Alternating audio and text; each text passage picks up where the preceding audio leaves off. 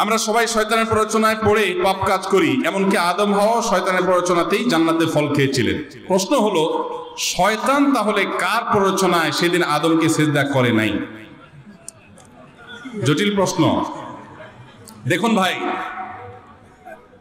শয়তানের প্ররোচনায় আদম আলাইহিস সালাম নিষিদ্ধ গাছের ফল খেয়েছেন।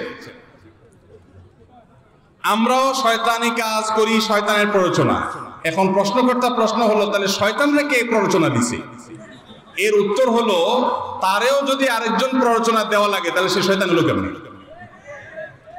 সে নিজেই তো শয়তান, তারে যদি আবার প্ররোচনা দেওয়াই লাগে তাহলে সে শয়তান হলো কেমন? ভাইরা আমার, মানুষ খারাপ কাজ শুধুমাত্র শয়তানের প্ররোচনাতেই করে না, প্রবৃত্তির তাড়নাতেও মানুষ খারাপ কাজ করে। দলিল আল্লাহ তাআলা কোরআনে বলেছেন, ইন্নান নাফসা লাআম্মারাতুন বিসসু। মানুষের প্রবৃত্তি এটা মানুষকে অনেক সময় খারাপ কাজের প্রতি নির্দেশ করে। এই যে রমজান মাসে শয়তান শেকলে বাঁধা আছে, তারপরে কি সব খারাপ কাজ বন্ধ হয়ে যাবে? তার মানে ওই যে ভেতরের যে শয়তানের দোষর, ভেতরের শত্রু যে কুপ্রবৃত্তি, সে কুপ্রবৃত্তি মানুষকে খারাপ কাজের নির্দেশ দেয়। তো শয়তানের প্রবৃত্তি তাকে খারাপ কাজের নির্দেশ দিয়েছে।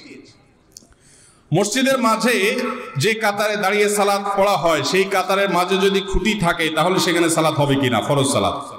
বাইরে আমার কাতারের মধ্যখানে যদি খুঁটি পড়ে যায়, ওই জায়গা থেকে দাঁড়ানো অসুবিধা নেই, এতে ডিসকানেক্টেড হবে না। খুঁটির দুই পাশে দাঁড়ানো, মাঝখানে খুঁটি পড়ে গেছে, হইতে পারে, কোনো অসুবিধা নেই, এর কারণে নামাজ হবে, জামাতও হয়ে যাবে। তবে মসজিদ নির্মাণের সময় খুঁটি যদি এমন কোনো জায়গায় ফেলানো যায় যেখানে ওইটার বরাবর জুতার র্যাক ইত্যাদি রাখা হয়, তাহলে সবচেয়ে ভালো। হাঁটা চলার জন্য জায়গা খেলে, বড় বড় মসজিদ আমাদের দেশে হাঁটা চলার কোনো জায়গা নেই, মানুষের নামাজের সামনে দিয়ে হাঁটা লাগে। আরবের দেশগুলোতে সবগুলাতে চারপাশে হাঁটা চলার জায়গা থাকে, তো আমার দেশে এরকম রাখা দরকার, বিশেষ করে বড় মসজিদগুলোতে।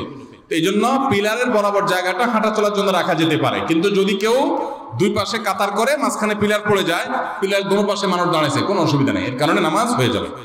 বিয়েতে মেয়ের বাড়িতে কি রকম অনুষ্ঠান করা যায় শরীয়ত সম্মত? মেয়ের বাড়িতে কি রকম অনুষ্ঠান করা যায়? মেয়ের বাড়িতে আবার কিসের অনুষ্ঠান?